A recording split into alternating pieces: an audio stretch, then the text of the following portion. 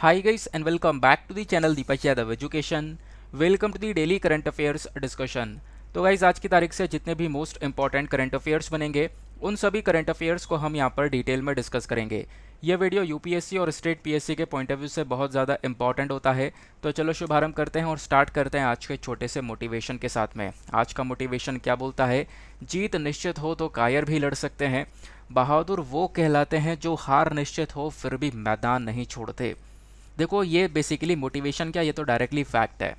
अगर यहाँ पे आप लोग देखोगे बहुत सारे लोग यूपीएससी की प्रिपरेशन करने से ही डरने लगते हैं। एक बार यहाँ पे सोचा कि चलो यार प्रिपरेशन करते हैं, फिर उसके बाद यहाँ पे सिलेबस देखा कितना वाइड है, फिर उसके बाद दूसरी चीज़ देखी यार प्रिपरेशन करने में 1 साल लगेगा, और 1 साल लगने के बाद भी यहाँ पे मेरा सिलेक्शन होगा या नहीं होगा, इसका एक और डर बैठ जाता है। तो ये जो सारी चीज़ें हैं ना, वो एक बहुत ज़्यादा गहरा डर बैठा देती हैं एक इंसान के अंदर। लेकिन जीतता वही है जो इन सब डर को देखते हुए भी आगे बढ़ता रहता है। देखो यार ये सारी चीज़ें आराम से हो जाएंगी, हर चीज़ पॉसिबल है, ये आपको भी पता है। सारी चीज़ें यहाँ पे की जा सकती हैं। जितना भी कोई यहाँ पे आपको दिख रहा है यार ये डिफ़िकल्ट वर्क है, ये मुझसे नहीं हो सकता, ऐसा कभी नहीं होगा। सारे काम आप कर सकते हो, बस खाली एक छोटी सी प्रैक्टिस की ज़रूरत है। उस काम के प्रति, उस गोल के प्रति एक लगन की ज़रूरत है। टारगेट रखा है यूपीएससी, तो पूरी जितनी जी जान है वो सब की सब यहाँ पे झोंक दो कि यार मैं करूँगा ही करूँगा। ऐसा ना हो कि हाँ मेरा टारगेट ये भी है और इस टारगेट से दूसरी तरफ भटका हुआ हूँ और वहाँ पे भी मैं थोड़ा सा जोर दे रहा हूँ कि वो भी करना है ये भी करना है। तो ऐसा नहीं है, टारगेट रखो, एक ही रखो और उसकी तरफ पूरी जी जान लगा दो। डेफिनेटली यहाँ पे आए वो चीज़ अचीव होती हुई नज़र आएगी। और यूपीएससी की प्रिपरेशन ऐसी है ना कि अगर यहाँ पे यूपीएससी के अंदर सिलेक्शन नहीं हुआ लेकिन फिर भी प्रिपरेशन जो है ये बहुत कुछ सिखा जाएगी ज़िंदगी के अंदर। खुद अगर आप लोग यहाँ पर एक बार पूरा का पूरा सिलेबस पढ़ लोगे ना, एक बार सारी बुक्स को आप लोग अच्छे से रीड कर लोगे, एक बार तैयारी कर लोगे, तो अपने अंदर खुद एक डिफरेंस देखना कि हाँ मैं पहले कैसा था या पहले कैसी थी और अब कैसा हूँ या अब कैसी हूँ। तो एक बहुत बड़ा डिफरेंस क्रिएट होता है। मेरा खुद का यहाँ पे पर्सनल एक्सपीरियंस है, आप अपने आप में एक बहुत बड़ा डिफरेंस देख पाते हो। तो फाइनली जीत हो या हार हो, मैदान कभी नहीं छोड़ना है, काम करते रहना है। जीत होगी अच्छी बात है, नहीं जीत होगी बहुत कुछ सीखेंगे वहाँ से और आगे बढ़ेंगे, अपनी मिस्टेक्स को सुधारेंगे और जो हमने सेट किया था उसको वापस से अचीव करेंगे। तो यार आखिरी में वही बोलूँगा, ज़िंदगी में बहादुर बनो, कायर नहीं। इस मोटिवेशन को एक अलग तौर पे भी मैं लेकर सारी चीज़ों को समझाते हुए चल रहा हूँ, ठीक है ना। वैसे मोटिवेशन इंक्लूड नहीं करता हूँ, लेकिन जब से मैंने एक मज़े मज़े में मोटिवेशन इंक्लूड किया था कुछ दिन पहले, तब से यहाँ पे बहुत सारे कमेंट आए कि सर यहाँ पे एक मोटिवेशन लगा दिया करो छोटा सा, तब से यहाँ पे कुछ मोटिवेशन लगा दिया जाता है। अब फिलहाल हम लोग सबसे पहले डिस्कस करेंगे आज के इम्पॉर्टेंट डे को। तो 28 जुलाई को दो इम्पॉर्टेंट डे ऑब्जर्व किए जाते हैं। सबसे पहला इम्पॉर्टेंट डे है वर्ल्ड नेचर कंजर्वेशन डे। हर 28 जुलाई को हम लोग वर्ल्ड नेचर कंजर्वेशन डे को ऑब्जर्व करते हैं, इम्पॉर्टेंट है, ठीक है, क्योंकि हम लोग लगातार आजकल के टाइम पर क्लाइमेट चेंज वगैरह की चर्चा कर रहे हैं, पोल्यूशन की चर्चा कर रहे हैं, तो डे भी काफ़ी इंपॉर्टेंट हो जाता है। अच्छा, इस डे को ऑब्जर्व करने का हमारा उद्देश्य क्या है? हमारा एम यह है कि हम लोग नेचुरल रिसोर्सेज को प्रोटेक्ट कर सकें, अवेयरनेस फैला सके, लोगों के अंदर जागरूकता फैला सके कि हाँ एनवायरनमेंट का कितना बड़ा इंपॉर्टेंस है, नेचर का कितना बड़ा इंपॉर्टेंस है हमारे लिए, और एक हेल्दी एनवायरनमेंट ही हमारे सोसाइटी को प्रोडक्टिव बना सकता है, स्टेबल बना सकता है। तो इसी के लिए यहाँ पर एक अवेयरनेस फैलाने का काम किया जाता है इस 28 जुलाई को वर्ल्ड नेचर कंजर्वेशन डे को ऑब्जर्व करते हुए, ठीक है ना। अच्छा, एक सिंपल सा क्वेश्चन आप लोगों से, इस डे का जो थीम है वो बेसिकली अब की बार का क्या है, नीचे कमेंट सेक्शन में वो थीम आप लोग टाइप कर सकते हो। और 28 जुलाई को एक और इम्पॉर्टेंट डे का सेलिब्रेशन होता है, वो है वर्ल्ड हेपेटाइटिस डे। हेपेटाइटिस के बारे में काफ़ी बार मैंने डिटेल से डिस्कशन किया है, काफ़ी चर्चा में रहता है, तो दूसरा डे भी काफ़ी इंपॉर्टेंट हो जाता है, स्पेशली वन डे एग्जामिनेशन के पॉइंट ऑफ व्यू से। तो हर साल 28 जुलाई को हम लोग वर्ल्ड हेपेटाइटिस डे भी सेलिब्रेट करते हैं, इसको ऑब्जर्व करते हैं बेसिकली। अगेन यहाँ पे हमारा उद्देश्य यह है कि हम लोग अवेयरनेस यानी जागरूकता फैला सकें इस हेपेटाइटिस के बारे में। सर ये हेपेटाइटिस है क्या? तो बेसिकली यहाँ पर ये एक बीमारी है, लिवर कैंसर आप कह सकते हो, लिवर के अंदर कैंसर हो जाता है जो भी व्यक्ति इस हेपेटाइटिस से सफ़र करता है। ये प्रॉब्लम एक बहुत बड़ी प्रॉब्लम है पूरे दुनिया के अंदर। आप लोग देखोगे हर 30 सेकंड के अंदर एक व्यक्ति की, मतलब हर 30 सेकंड में हर एक व्यक्ति की यहाँ पर जान जा रही है इस हेपेटाइटिस संबंधित बीमारी से। तो हर 30 सेकंड के अंदर एक व्यक्ति की जान जा रही है, तो आप इमेजिन कर सकते हो कि यहाँ कितनी वाइडर ये प्रॉब्लम देखने को मिलती है। तो लिवर कैंसर को हम लोग बोलते हैं हेपेटाइटिस, ये है एक हेल्दी लिवर, और ये एक लिवर ऐसा देखने को मिलेगा जिसके जो टिश्यूज़ हैं वो काफ़ी हद तक बढ़ चुके हैं। यहाँ पे टिश्यूज़ बढ़ चुके हैं और इसी की वजह से लिवर कैंसर वाली कंडीशन बन जाती है। ठीक है ना, आगे आते हैं। देखो यार, इस लेक्चर का जो पीडीएफ है ना, वो आप लोग ज़रूर से डाउनलोड कर लेना। इस लेक्चर का पीडीएफ आपको टेलीग्राम पर मिल जाएगा। अब टेलीग्राम लिंक नीचे पीडीएफ लिंक के नाम से डिस्क्रिप्शन बॉक्स में एक लिंक दिया हुआ है। अगर उसके थ्रू भी आप लोग को ये टेलीग्राम चैनल नहीं मिलता है तो एक और बहुत सिंपल तरीका है, डायरेक्टली टेलीग्राम ऐप को डाउनलोड करना, सर्च बॉक्स में टाइप करना दीपक यादव एजुकेशन, आपको ये चैनल मिलेगा। यहाँ से आप लोग इस पर्टिकुलर लेक्चर के पीडीएफ को डाउनलोड कर पाओगे। साथ ही साथ में अगर आप लोग मेरे से पर्सनली कनेक्ट करना चाहते हो तो इंस्टाग्राम पर भी जा सकते हो। अगेन सर्च बॉक्स में टाइप करना दीपक यादव एजुकेशन, आपको मेरी आईडी मिल जाएगी और वहाँ पे लगभग 7000 प्लस फॉलोअर्स आपको मिल जाएंगे। तो वहाँ पर भी कनेक्ट कर आप लोग अपनी क्वेरीज को मेरे साथ में डिस्कस कर सकते हो। देन आगे आते हैं नेक्स्ट आर्टिकल पर। अगला आर्टिकल वेरी वेरी इंपॉर्टेंट, लेकिन इससे पहले मैं आप लोगों को एक छोटी सी बात बताना चाहूँगा। हो सकता है वीडियो के अंदर थोड़ा सा साउंड कम आ रहा हो, तो यार ईयरफोन्स को मैं सजेस्ट करूँगा ईयरफोन्स लगा लेना, आपको वीडियो का साउंड बिल्कुल क्लियर आ जाएगा। तो यहाँ पे आर्टिकल में बात की जा रही है इंडिया के अंदर जो एबॉर्शन लॉज हैं उसके बारे में। तो इंडिया के अंदर क्या क्या एबॉर्शन लॉज देखने को मिलते हैं, कैसे कैसे एबॉर्शन लॉज यहाँ पे भारत के अंदर बनने स्टार्ट हुए, क्या क्या चेंजेस हुए, सब कुछ कवर करेंगे। हिस्टोरिकल बैकग्राउंड के साथ में प्रेजेंट सिचुएशन और फ्यूचर कंडीशन, सभी चीज़ हम लोग कवर करने वाले हैं।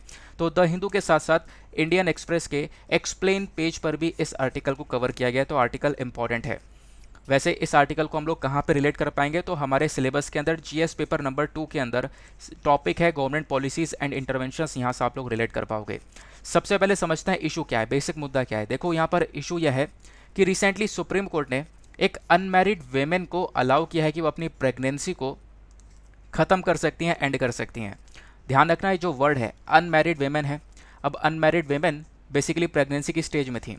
लास्ट टाइम पे क्या होता है, इनके पार्टनर छोड़ के चले जाते हैं, तो फिर यहाँ पर ये एक पिटीशन जारी करती हैं और फिर यहाँ पे ये जो मुद्दा है ये बेसिकली पहले तो दिल्ली हाई कोर्ट तक पहुँचता है और दिल्ली हाई कोर्ट क्या करता है, मना कर देता है इन वेमेन को कि आप इस प्रेगनेंसी को टर्मिनेट नहीं करवा सकते, इस प्रेगनेंसी को ख़त्म नहीं करवा सकते।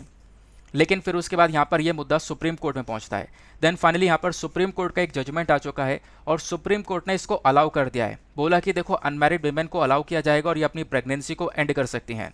24 वीक्स तक यहाँ पर जो प्रेगनेंसी की स्टेज है 24 सप्ताह की, मतलब अगर 24 सप्ताह हो चुके हैं तो भी यहाँ पर ये एंड कर सकती हैं अपनी प्रेगनेंसी को।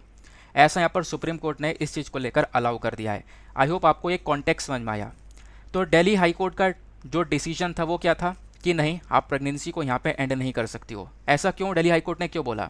दिल्ली हाई कोर्ट ने यहाँ पे बोला क्योंकि यहाँ पर जो ये महिला थी ये अनमैरिड थी और जो हमारे पास में एबॉर्शन को लेकर लॉज है भारत के अंदर वो है medical termination of pregnancy act. अब इस एक्ट के थ्रू अगर हम लोग देखें तो सिर्फ और सिर्फ मैरिड वीमेन को कवर किया गया है। तो यहाँ से आप लोग एक चीज़ ये भी सीखते हो, अगर आप थोड़ी सी थिंकिंग को वाइड कैपेबिलिटी पर लेकर जाओगे तो एक चीज़ ये भी सीख सकते हो कि medical termination of pregnancy act के अंदर एक कमी भी ये कह सकते हो कि इसमें सिर्फ और सिर्फ मैरिड वीमेन को कवर किया गया है, अनमैरिड वीमेन को कवर नहीं किया गया है, क्योंकि काफ़ी सारे केसेस अनमैरिड वीमेन के भी देखने को मिल सकते हैं। और ऐसा केस एज ए एग्जाम्पल आप ये वाला केस कोट कर सकते हो, ठीक है ना। एग्जाम्पल में आप ये वाला केस लिख सकते हो जो हम डिस्कस कर रहे हैं। तो यहाँ पे एक इशू भी ये क्रिएट हो जाता है। तो बेसिकली क्या हुआ, दिल्ली हाई कोर्ट ने बोला कि नहीं, आप प्रेगनेंसी को एंड नहीं कर सकती। क्यों? क्योंकि करंट टाइम पे जो हमारे पास में लॉ है एबॉर्शन का, medical termination of pregnancy act, ये सिर्फ और सिर्फ मैरिड वेमेन को कवर करता है। सिर्फ मैरिड वेमेन अपनी प्रेगनेंसी को टर्मिनेट करवा सकती हैं, अपनी प्रेगनेंसी को ख़त्म करवा सकती हैं। तो मैरिटल स्टेटस होना बहुत ज़्यादा ज़रूरी है, ठीक है ना। ये चीज़ यहाँ पे हो गई। लेकिन जैसे ये मुद्दा सुप्रीम कोर्ट पर पहुँचता है, सुप्रीम कोर्ट बोलता है नहीं, ऐसा नहीं होने वाला। यहाँ पे हम लोग ये जो अनमैरिड वेमेन है इसके हम लोग जो लॉज है, इसके जो राइट्स है ना, इसको नहीं वॉलेट कर सकते और इस लॉ का बेनिफिट इस महिला तक पहुंचना चाहिए। और अगर हम लोग नहीं करेंगे तो कहीं ना कहीं हमारे लॉ के खिलाफ चले जाएगा। इस वेमेन को एक प्रोटेक्शन मिलनी चाहिए और इसको ये बेनिफिट मिलना चाहिए। तो सुप्रीम कोर्ट ने यहाँ पे जो दिल्ली हाई कोर्ट है उसका जजमेंट नकारते हुए बोला है कि बिल्कुल यहाँ पर इस महिला का जो प्रेगनेंसी है उसको यहाँ पे एंड करवाई जाएगी, उसको ख़त्म करवाया जाएगा। लेकिन उसके लिए यहाँ पे कुछ कंडीशंस रखी हैं। जैसे एक बेंच होगा जो कि director of all India institute of medical sciences के यहाँ पे लोग होंगे। ये क्या करेंगे, एक मेडिकल बोर्ड को बनाएंगे, उसमें 2 डॉक्टर्स होंगे। फिर वो 2 डॉक्टर्स यहाँ पर इस वेमेन को एग्जामिन करेंगे, देखेंगे कि हाँ बिल्कुल सेफ कंडीशन है या नहीं है, यानी प्रेगनेंसी को टर्मिनेट करवाते हुए कहीं वेमेन की जान तो नहीं चली जाएगी। अगर सेफ कंडीशन है, कोई रिस्क नहीं है, तो इस प्रोसीजर को यहाँ पे कंडक्ट करने के लिए बोल दिया है सुप्रीम कोर्ट ने, ठीक है ना। अब यहाँ पे देखो, ये तो आपने समझ लिया पूरा का पूरा मुद्दा। अब आने वाले टाइम पर अगर एबॉर्शन होता है तो फिर से ये न्यूज़ आर्टिकल चर्चा में आ जाएगा। अब मैं आपको थोड़ा सा बैकग्राउंड बताने वाला हूँ, क्योंकि ये तो आप एग्जाम्पल यूज़ कर सकते हो अपने एग्जाम के अंदर। अब ये जो आगे की बात है ना, ये हम लोग डिस्कस करने वाले हैं भारत के अंदर जो एबॉर्शन लॉज हैं वो किस प्रकार से वर्क करते हैं। अब एबॉर्शन लॉज का सबसे पहले हम लोग हिस्टोरिकल पर्सपेक्टिव देखेंगे कि ऐतिहासिक बैकग्राउंड क्या है। देखो 1960s तक क्या होता था, 1960 तक सिचुएशन ये थी कि एबॉर्शन इलीगल था भारत के अंदर। कोई भी विमेन अबॉर्शन नहीं करवा सकती थी। अगर कोई विमेन 1960 तक अगर एबॉर्शन करवा लेती तो उसमें 3 साल की सज़ा थी और साथ ही साथ फाइन भी था। ऐसा कहीं लॉ में था क्या? हाँ बिल्कुल सही कह रहे हो, ऐसा लॉ में था। इंडियन पीनल कोड के अंदर सेक्शन 312 ये बातें बोलता है कि एबॉर्शन करवाना बिल्कुल इलीगल था। कब तक? 1960 तक। लेकिन होता क्या है, 1960 के बीच में ही हमारी सरकार एक कमेटी को सेटअप करती है। उस कमेटी का क्या नाम है? Shantilal Shah committee. Important point, यहीं से प्रीलिम्स के क्वेश्चन भी बन जाते हैं छोटे छोटे। तो क्वेश्चन बन सकता है शांतिलाल शाह कमेटी किस चीज़ से संबंधित है। ऐसे क्वेश्चन बने हैं, आपको पता होगा गाडगिल कमेटी रिपोर्ट वाला, कि वो किस चीज़ से संबंधित है, वो वेस्टर्न घाट से संबंधित है। तो ध्यान रखना, तो शांति शाह कमेटी ये एबॉर्शन से संबंधित है। तो ये जो कमेटी है, इस पूरे ग्रुप को तैयार किया गया और इस ग्रुप को हेड किया था डॉक्टर शांतिलाल शाह ने, ताकि एबॉर्शन वाले मैटर्स को ये देख सकें और डिसाइड कर सकें कि हाँ भारत को क्या इसके लिए किसी कानून की आवश्यकता है या नहीं है। अगर आवश्यकता है तो वो कानून लेकर आया जाए, क्योंकि 1960 तक कोई कानून था नहीं। अगर कोई एबॉर्शन करवाता था तो सीधे उसको जेल थी या फाइन था उसके ऊपर।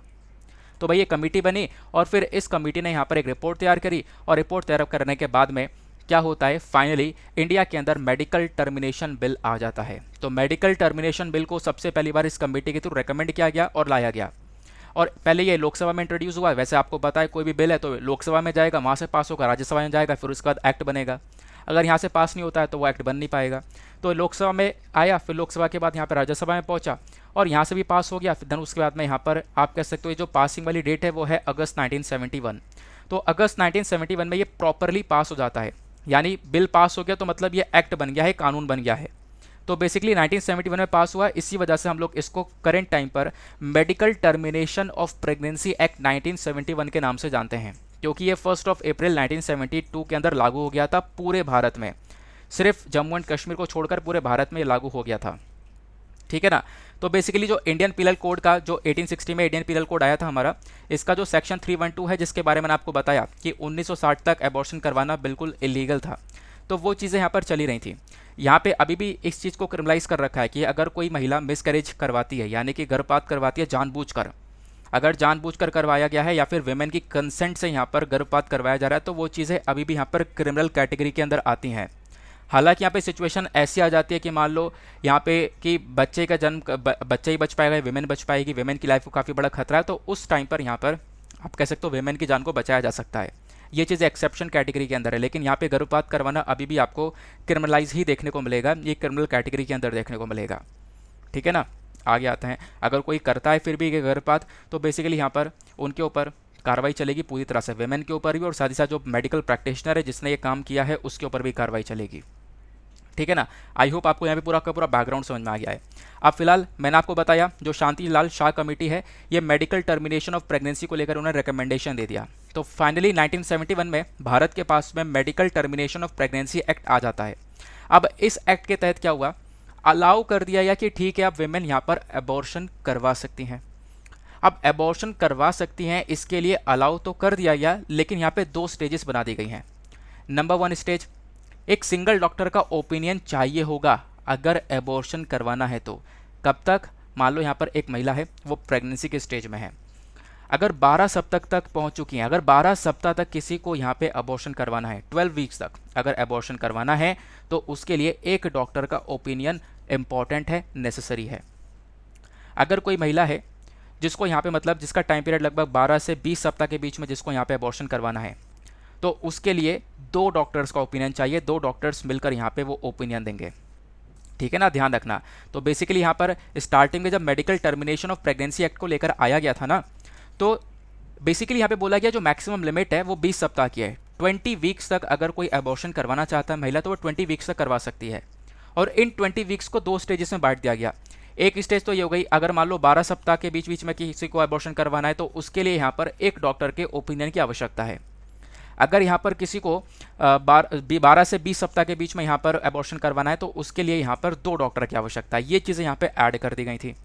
अगर बच्चा कोई हैंडीकैप वगैरह है, ठीक है, या फिर बच्चे के अंदर डिसेबिलिटी है या सही से बच्चे का फॉर्मेशन नहीं हो पाया है तो उसके लिए कोई लिमिट नहीं है। क्लियर हो गया? ये बात समझ में आ गई। तो ये तो हमारा एक्ट था 1971 का। लेकिन सर अब क्या होता है, इसके अंदर रिसेंटली अमेंडमेंट किया जाता है, संशोधन किया जाता है, कुछ बदलाव करे जाते हैं। तो मेडिकल टर्मिनेशन प्रेगनेंसी एक्ट 1971 के अंदर बदलाव किया गया। कौन से साल में किया गया? 2021 में। तो 2021 में हमारे पास में नया एक्ट आ चुका है। कौन सा? Medical termination of pregnancy amendment act 2021।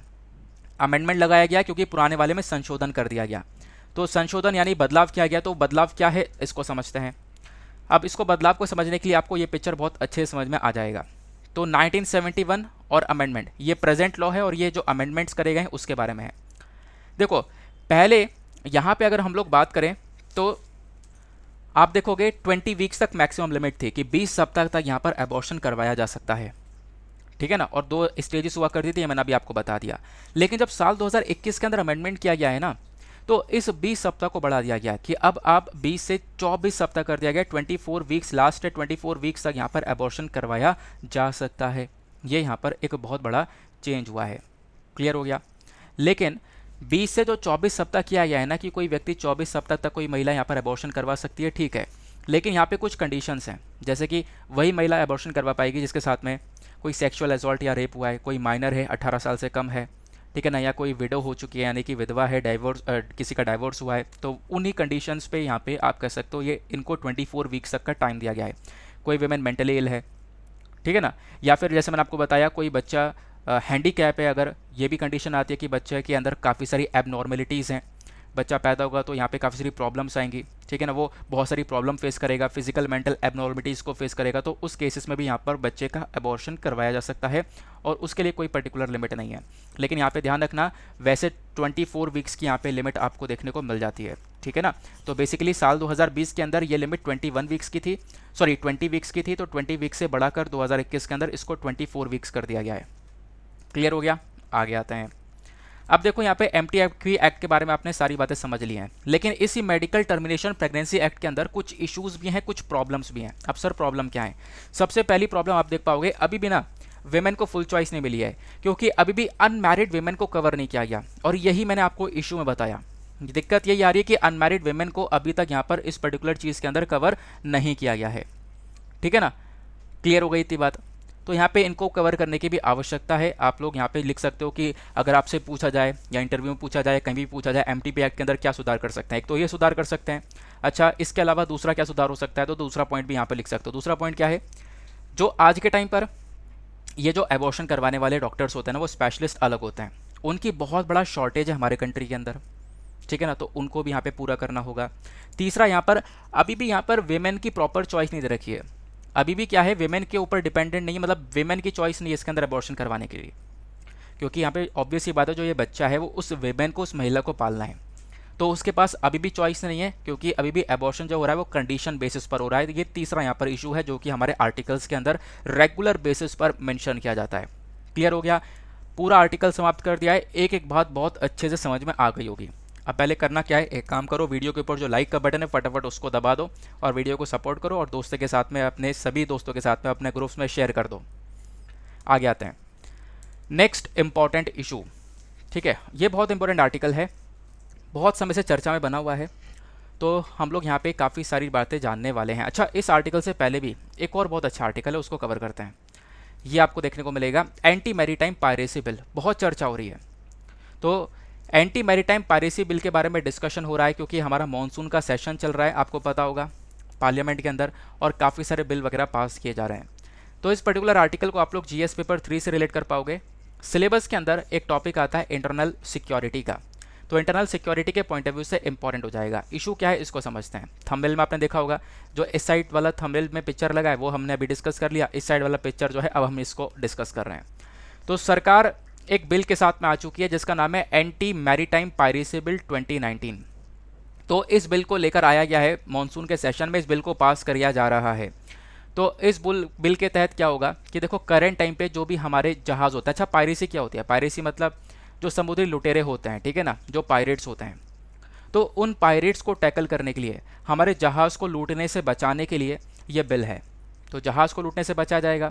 अब इसके लिए ना करेंट टाइम पर भारत के पास में कोई भी लॉ नहीं है, तो भारत के पास कोई लॉ नहीं है, इस वजह से भारत यहाँ पर अब कानून लेकर आ रहा है। ये बेसिकली एक बिल वगैरह यहाँ पे हमारे पार्लियामेंट के अंदर जारी किया गया।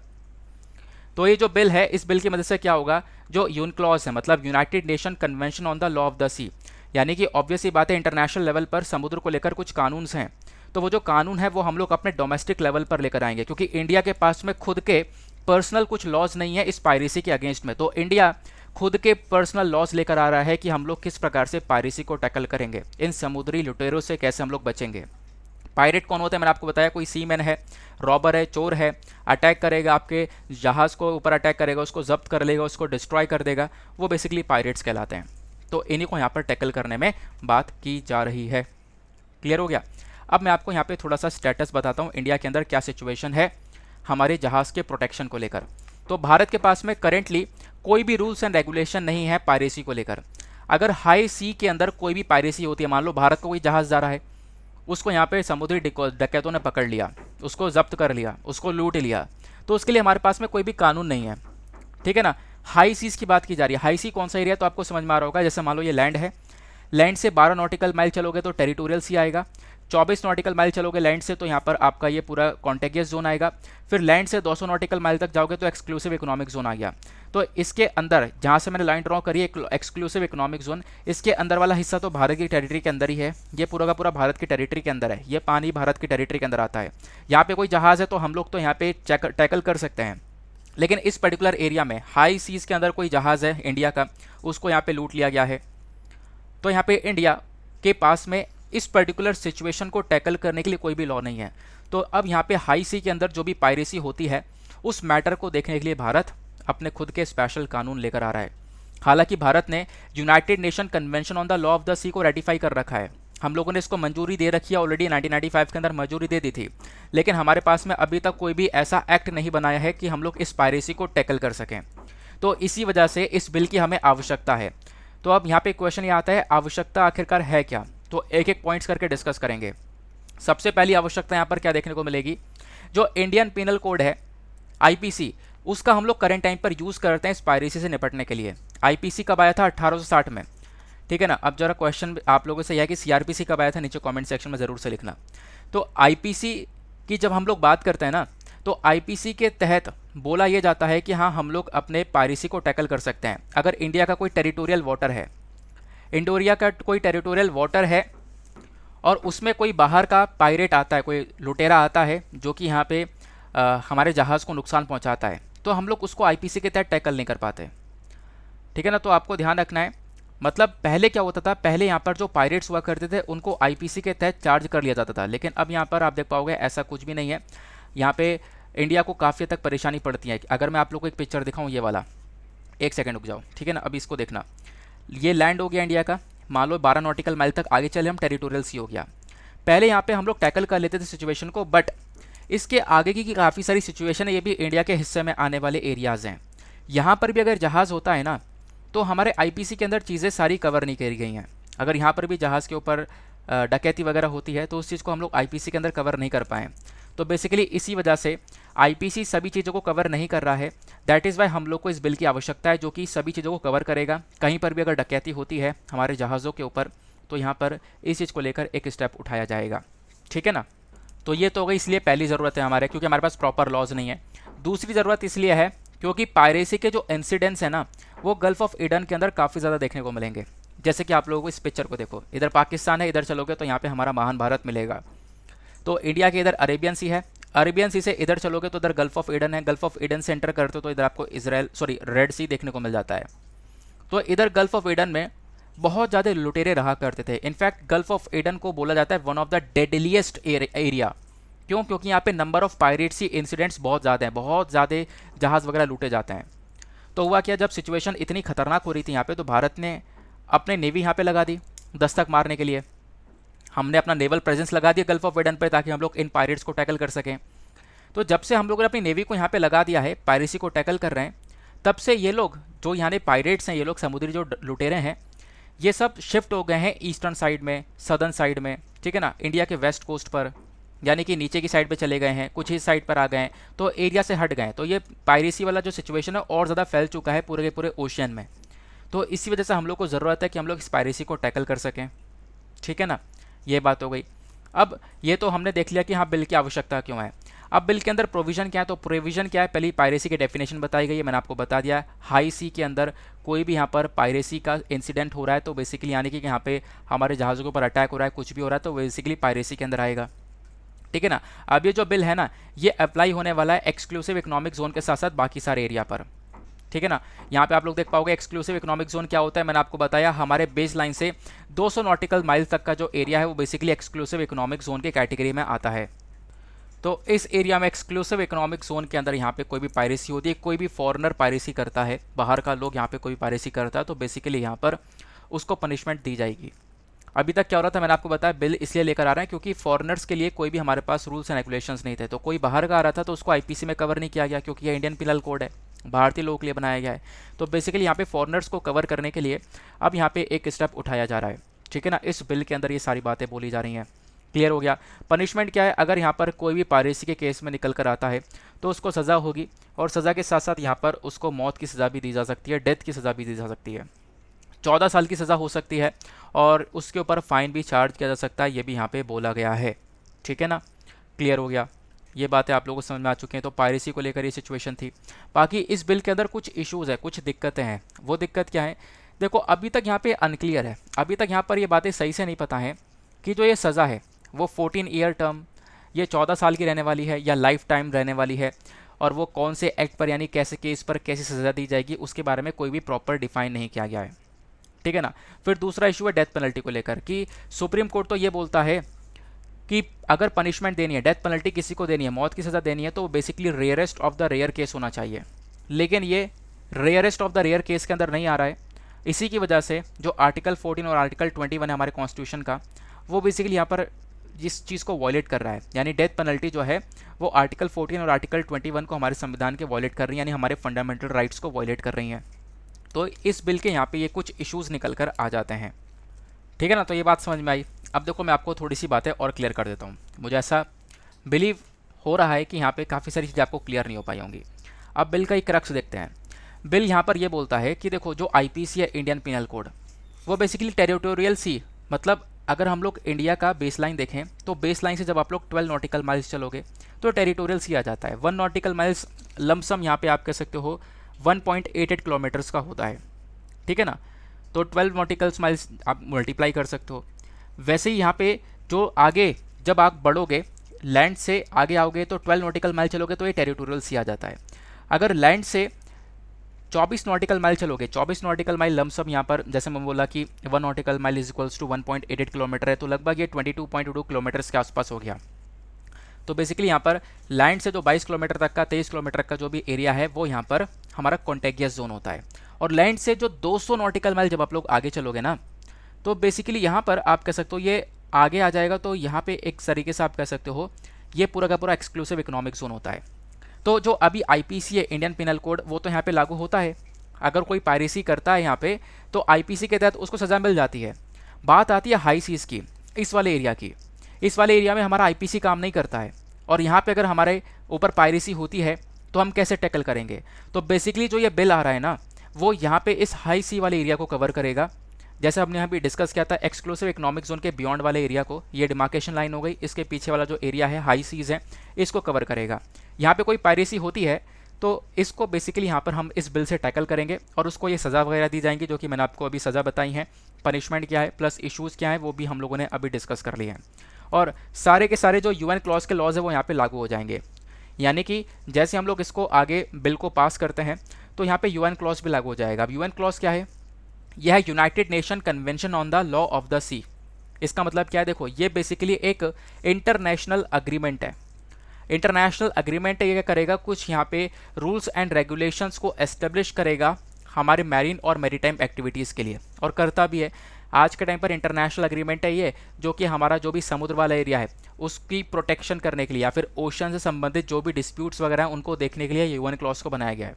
और यूएन क्लॉज ने यहाँ पर हमारे समुद्र के जो एरिया है उसको 5 एरिया में डिवाइड किया है।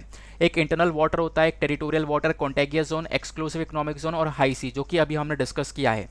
तो ये सारी चीज़ें यूएन क्लॉज की जो सारी चीज़ें वो सब लागू हो जाएंगी।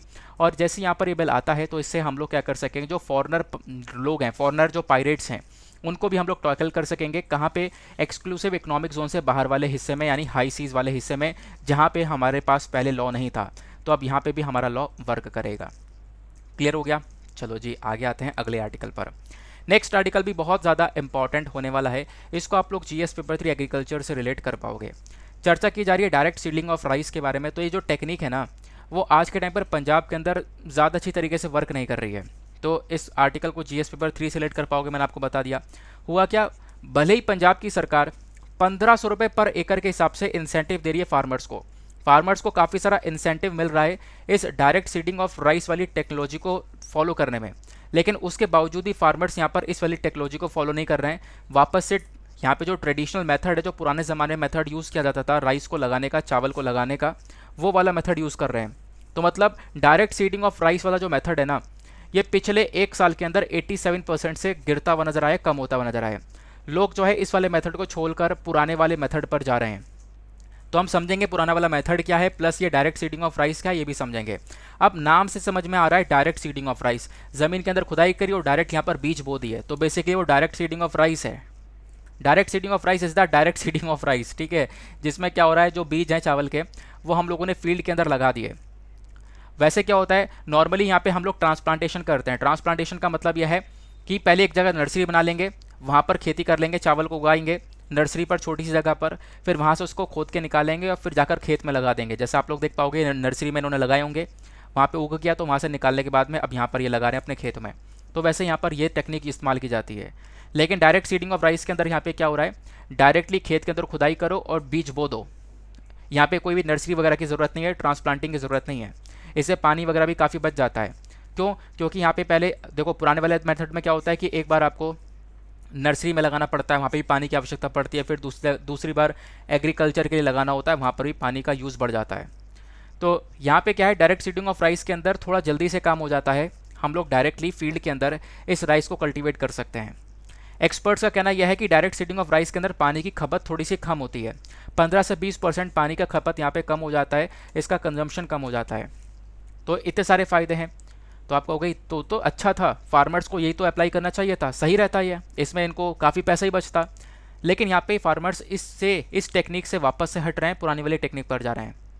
अच्छा, पुरानी वाली टेक्निक पर क्यों जा रहे हैं, डायरेक्ट सीडिंग ऑफ राइस को क्यों छोड़ा जा रहा है, इसके पीछे के कारण क्या है? तो नंबर 1 कारण, ऑफिशियल्स का कहना यह है कि इस साल बहुत सारे पावर कट हो रहे हैं, यानी बिजली जा रही है, और डायरेक्ट सीडिंग ऑफ राइस के अंदर हमें कैनाल वाटर चाहिए होता है, बिजली के माध्यम से यहाँ पर पानी का इस्तेमाल कर रहे हैं।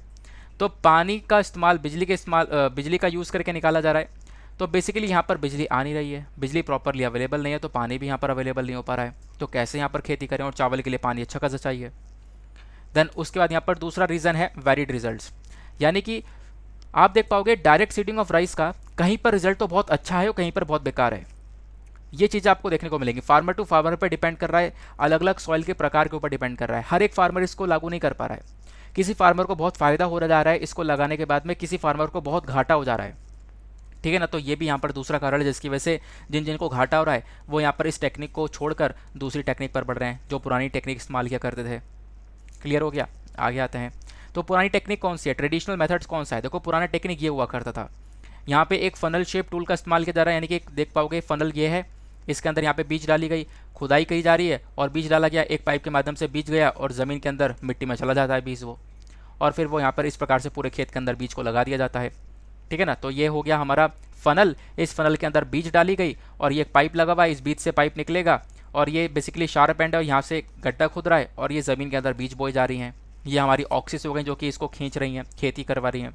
तो ये पुराना तरीका हुआ करता था, ट्रेडिशनल मेथड हुआ करता था। तो बहुत सारे जो फार्मर्स हैं वो ट्रेडिशनल मेथड पर जा रहे हैं, अब वो डायरेक्ट सीडिंग ऑफ राइस नहीं कर रहे हैं क्योंकि उसमें बहुत घाटा हो रहा है। और डायरेक्ट सीडिंग ऑफ राइस क्यों छोड़ा जा रहा है, उसके पीछे कई सारे कारण हैं जो कि मैंने आपको अभी बताए हैं, ठीक है ना। ठीक है, तो आपको ये 2 कारण पता चल गए। इसके अलावा और ही बहुत सारे कारण हैं जिसकी वजह से बहुत सारे farmers direct seeding of rice को नहीं कर रहे हैं। जैसे और क्या कारण है, देखो यहाँ पर टेक्निकल नॉलेज थोड़ी सी कम है। बहुत सारे जो फार्मर्स हैं ना, उनके पास में प्रॉपर टेक्निक नहीं है डायरेक्ट सीडिंग ऑफ राइस को लगाने के लिए, इसी वजह से वो लोग पुराने वाले मेथड पर जा रहे हैं। और यहाँ पे आप देख पाओगे डायरेक्ट सीडिंग ऑफ राइस के अंदर कोई भी लेबर की आवश्यकता नहीं है। यहाँ पे बहुत सारा जो वीडीसाइड है वो स्प्रे करना पड़ता है। वीडीसाइड का मतलब क्या है, इसको समझते हैं। वीडीसाइड यहाँ पर बेसिकली वीड किलर्स है। बहुत सारे जो प्लांट है ना, बहुत सारे ऐसे अनवांटेड प्लांट्स होते हैं। मान लो एक खेत लगा दिया, इसमें बहुत सारे ऐसे पौधे होंगे जो कि अनवांटेड है, हमें नहीं चाहिए। उन प्लांट की वजह से हमारी खेती और बेकार हो जाएगी। तो उन प्लांट को हटाने के लिए वीडीसाइड यूज़ किया जाता है। यहाँ पे हम लोग क्या करते हैं, कुछ टारगेट प्लांट्स होते हैं जिसको हम लोग मार देते हैं, ठीक है ना, उनको ख़त्म कर दिया जाता है और बाकी प्लांट्स के ऊपर कोई असर नहीं पड़ता, बाकी फसलों के ऊपर कोई असर नहीं पड़ता है। ये आपको ध्यान रखना। तो ये वीडीसाइड वाली टेक्निक देखने को मिलती है।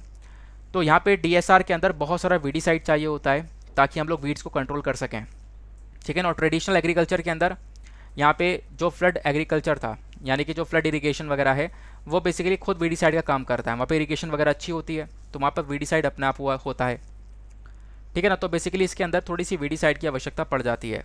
प्लस उसके बाद में बहुत सारे फार्मर्स को लो इंसेंटिव मिल रहा है। बहुत सारे फार्मर्स कंप्लेंट ही कर रहे हैं कि भाई हमारा जो प्रोडक्शन हो रहा है वो बहुत कम हो रहा है, इंसेंटिव बहुत कम मिल रहा है, तो हमें घाटा पे घाटा होता चला जा रहा है। इसकी वजह से हम लोग डायरेक्ट जो ये सीडिंग ऑफ राइस टेक्निक है इसका इस्तेमाल नहीं करेंगे। तो अब क्वेश्चन ये है कि चलो इनको क्या करना चाहिए। अगर direct seeding of rice follow नहीं कर पा रहे हैं तो इसके बदले में क्या करना चाहिए इनको, व्हाट शुड बी डन। पहला यहाँ पर स्टेप है, एक्सपर्ट्स का कहना यह है कि डायरेक्ट सीडिंग ऑफ राइस से यहाँ पे आप देखोगे तो ज़्यादा फायदा नहीं हो रहा है। अगर आप लोग सोच रहे हो कि डायरेक्ट सीडिंग ऑफ राइस से पानी बच रहा है, तो ऐसा नहीं हो रहा है। अगर हम लोग पुराना वाला मेथड देखें जो कि ट्रेडिशनल मेथड है, यानी कि ये वाला मेथड जो है, जो पुराना वाला मेथड है, इसके अंदर जब हम लोग लगाते हैं चावल को, तो ध्यान रखना क्या होता है, 5 लीटर पानी चाहिए होता है to grow 1 kg of rice.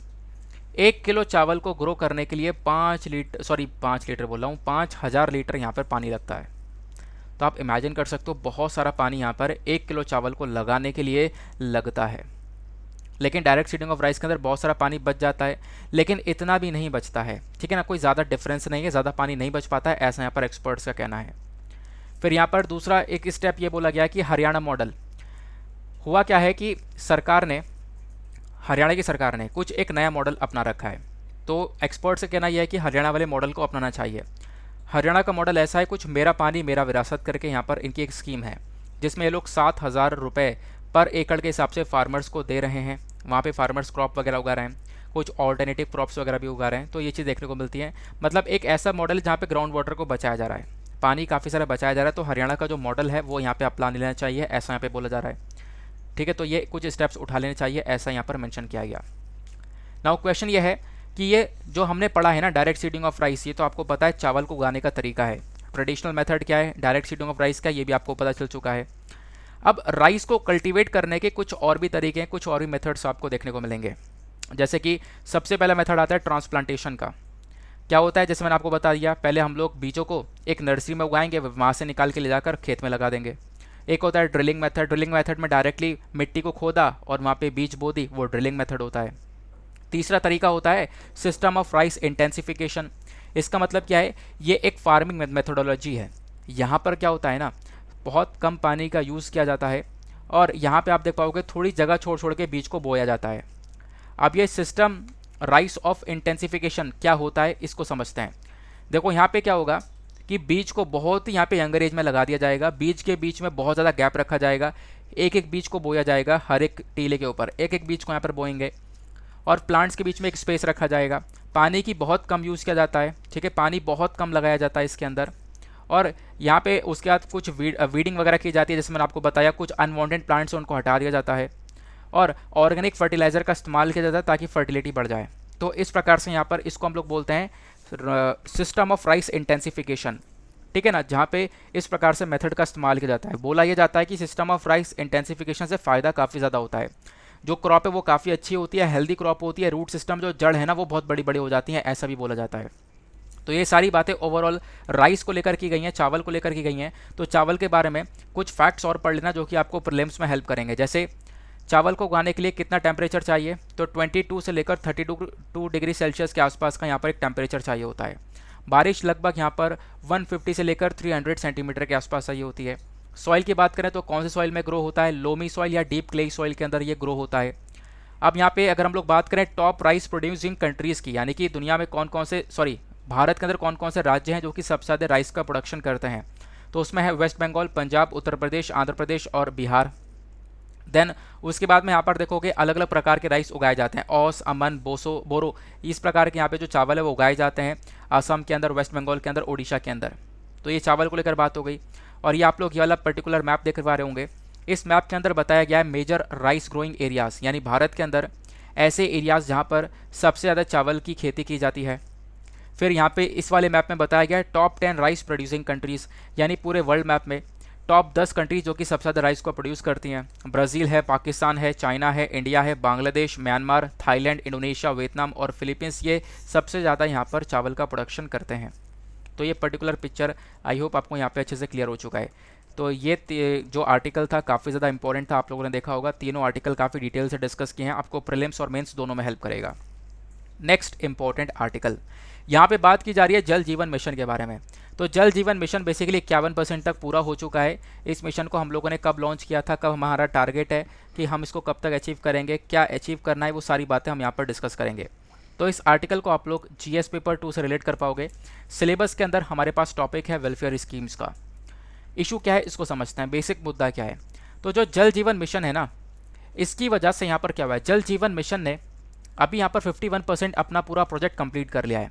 अभी रिसेंटली 17% हो पाया था, अब यहाँ पे 51% तक इन्होंने प्रोजेक्ट कंप्लीट कर लिया है और आने वाले टाइम पर और भी अच्छी तरीके से वर्क करने वाले हैं। ठीक है ना। तो क्वेश्चन ये है कि जल जीवन मिशन है क्या, पहले मैं आपको ये बताता हूँ।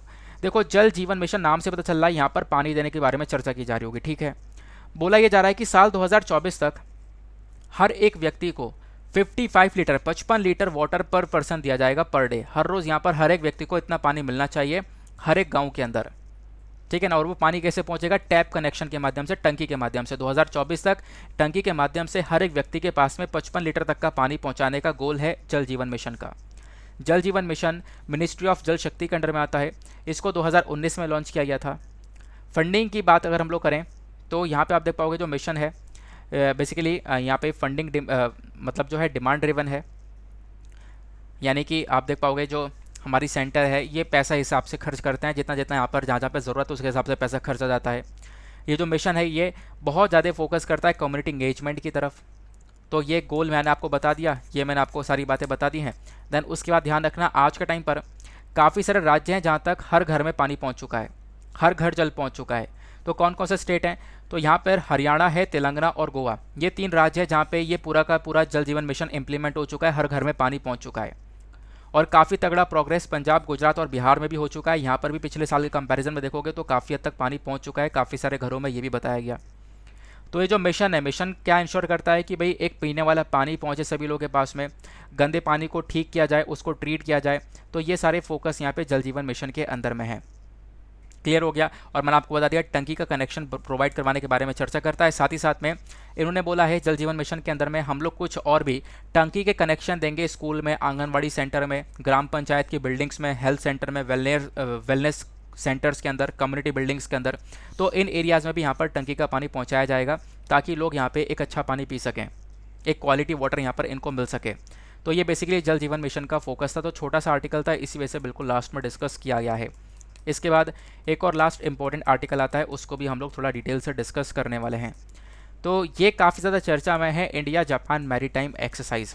इस पर्टिकुलर आर्टिकल को आप लोग जीएस पेपर 3 और जीएस पेपर 2 दोनों से रिलेट कर पाओगे। तो पीआईबी का आर्टिकल है, पीआईबी एक one of the most important source है हमारे करंट अफेयर्स के लिए। तो जीएस पेपर 2 के अंदर इंटरनेशनल रिलेशंस के टॉपिक हैं, जीएस पेपर 3 के अंदर डिफेंस एंड सिक्योरिटी के टॉपिक है। तो इन दोनों टॉपिक से इस आर्टिकल को हम लोग रिलेट कर सकते हैं। इशू क्या है, इशू यह है तो इंडिया और जापान के बीच में रिसेंटली यहाँ पर एक मैरीटाइम एक्सरसाइज यहाँ पर हुआ है। मैरीटाइम एक्सरसाइज के अंदर ये लोग पार्टिसिपेट करे हैं। तो मैरीटाइम पार्टनरशिप एक्सरसाइज यहाँ पे कंडक्ट करी गई है इंडिया और जापान के बीच में। कहाँ पर, अंडमान सी के अंदर ये पार्टिसिपेशन, ये एक्सरसाइज को कंडक्ट किया गया, ये अभ्यास हुआ है। अब मैरीटाइम अभ्यास है तो ऑब्वियस सी बात है भारत की नेवी होगी और जापान की नेवी के बीच में अभ्यास किया होगा। ठीक है, प्लस इंडिया और जापान के बीच में और भी अलग अलग मैरीटाइम अभ्यास होते हैं। ये जिसकी हम लोग बात कर रहे हैं यह है मैरीटाइम पार्टनरशिप एक्सरसाइज। इसके अलावा यहाँ पर होता है जापान इंडिया मैरीटाइम एक्सरसाइज, जिसको हम लोग जिमेक्स के नाम से जानते हैं। ठीक है ना। फिर उसके बाद में यहाँ पर एक आती है जिसके हम लोग अभी इसके बारे में बात कर रहे हैं, जापान इंडिया मैरीटाइम एक्सरसाइज के बारे में हम लोग अभी ये डिस्कशन कर रहे हैं। और मैंने आपको बताया एक तो MPX हो गया, एक ये हो गया जिमेक्स, और फिर उसके बाद में इंडिया, US, जापान, ऑस्ट्रेलिया, ये चारों क्वाड के हिस्से हैं। क्वाड कंट्रीज़ के बीच में भी यहाँ पर एक अभ्यास होता है मालाबार एक्सरसाइज। तो ये कुछ अभ्यास होते हैं किस किस के बीच में, इंडिया और जापान के बीच में। जापान आपको यहाँ पर स्थित देखने को मिलेगा, जापान की कैपिटल टोक्यो हो गई। इधर यहाँ पर इधर नॉर्थ कोरिया, इधर साउथ कोरिया, इधर चाइना, इधर रशिया, ये सारे आसपास के देश आपको देखने को मिल जाते हैं। क्वेश्चन ये है कि इंडिया और जापान के बीच में ये जो अभ्यास हुआ है मैरीटाइम पार्टनरशिप एक्सरसाइज जो कंडक्ट की जा रही है, एमपैक्स किया जा रहा है, इसका फोकस क्या है? इसका फोकस है इंडियन ओशन रीजन के अंदर एक प्रोटेक्शन देना, इंडियन ओशन रीजन के अंदर साथ मिलकर काम करना। तो ये रहा इंडिया, इधर यहाँ पर आप देख पाओगे, थोड़ा सा ऊपर जाओगे तो आपको जापान देखने को मिल जाएगा। तो इनका फोकस ये है कि अभी कहाँ पे, अंडमान सी के अंदर, यहीं पर एक तरीके से आप कह सकते हो कि एक्सरसाइज को कंडक्ट किया गया है। तो यहाँ पर फोकस यह है कि इस पूरे पर्टिकुलर रीजन में, इस पूरे इंडियन ओशन के अंदर एक प्रोटेक्शन को बनाया जाए और इस पूरे रीजन में यहाँ पर ये दोनों साथ मिलकर काम करें। नाउ ये जो अभ्यास हुआ है, जो एक्सरसाइज कंडक्ट हुई है, इसमें भारत के बहुत सारे वेसल्स होंगे, भारत के यहाँ पर जहाज़ होंगे और जापान के जहाज़ होंगे। तो भारत की साइड से यहाँ पे गया है INS सुकन्या। INS सुकन्या यहाँ पर दस्तक मारने वाला जहाज़ है हमारे भारत की नेवी का, ठीक है ना। तो ध्यान रखना, ये जो वेसल सुकन्या है ना, ये जो नाम पड़ा है वो हमारे इंडियन एपिक्स के अंदर मेंशन है, सुकन्या, ठीक है ना। तो हमारे जो भी हमारी जो एक तरीके से एपिक्स हैं उनके अंदर ये सारी बातें लिखी हुई हैं, और जो भारतीय पुरानी जो कथाएं हैं ना उनके बारे में यहाँ पे चर्चा की जा रही है। उन कथाओं के अंदर यहाँ पर सुकन्या का नाम मेंशन है, तो वहीं पर आप कह सकते हो कि एक नोटेबल वेमेन है। तो इन्हीं के बेसिस पर, इन्हीं के नाम के बेसिस पर INS सुकन्या का नाम रखा गया है। तो भारत की साइड से INS सुकन्या है, और जापान की साइड से भी काफ़ी सारे जहाज़ देखने को मिल जाते हैं। जापान की साइड से जे समाद्री आपको देखने को मिल जाएगा। तो ये कहीं पूछा नहीं जाएगा कि हाँ कौन कौन से जहाज़ गए, बस खाली ध्यान रखना है जो मैरीटाइम एक्सरसाइज है ये इंडिया और जापान के बीच में होता है। इंडियन ओशन रीजन के अंदर हम लोग काम करने वाले हैं, ये मैं ऑलरेडी बता चुका हूँ, है ना। फिर उसके बाद में ये ध्यान रखना, भारत जो है और भी अलग अलग देशों के साथ में मैरीटाइम एक्सरसाइज को कंडक्ट करता है, यानी कि ये हम लोग अभ्यास करते हैं। थाईलैंड के साथ में इंडिया और जापान के बीच में आपको बता दिया JMX है, MPX है, और साथ ही साथ में मालाबार एक्सरसाइज है, ये तो इंडिया और जापान के बीच में होती हैं। इंडिया और थाईलैंड के बीच में होता है इंडिया थाईलैंड कोऑर्डिनेटेड पेट्रोल, यानी इंडो थाई कॉर्पेट। फिर उसके बाद में यूनाइटेड किंगडम के साथ में हम लोग एक एक्सरसाइज करते हैं, कोनकान शक्ति। फिर इंडोनेशिया के साथ में किया जाता है समुद्र शक्ति। सिंगापुर के साथ में Singapore India maritime bilateral exercise, Qatar के साथ में ज़ेर अल बहर। तो ये कुछ अभ्यास देखने को मिलते हैं जो कि हम लोग अलग अलग देशों के साथ में कंडक्ट करते हैं, ठीक है ना। तो ये सारी बातें हो गई हैं। आई होप आप लोगों को काफ़ी अच्छे से ये सारी बातें समझ में आ चुकी हैं, एग्जैक्टली क्या मेंशन है इंडिया जापान के अभ्यास के बारे में। तो ये ओवरऑल हमारा डिस्कशन था, काफ़ी कुछ जानने को मिला होगा। आई होप आपने काफ़ी कुछ सीखा होगा। वीडियो के अंदर सिर्फ और सिर्फ इंपॉर्टेंट चीज़ें भरी पड़ी हैं, जो भी करंट इश्यूज़ है वो हम लोगों ने कवर करे हैं। प्रॉपर नोट्स बनाना चाहो तो बना सकते हो, नहीं बनाना चाहो तो कोई बात नहीं है, PDF आपको मिल जाता है, वहाँ से डाउनलोड करो, लेक्चर को अच्छे से सुनो, PDF को रिवाइज़ कर लो, ठीक है ना। नाउ इसी के साथ में करते हैं हम लोग अपने लेक्चर को समाप्त, और मिलते हैं आप लोगों से अगले वीडियो में। आज के लिए bye bye, have a nice day, thank you and जय हिंद।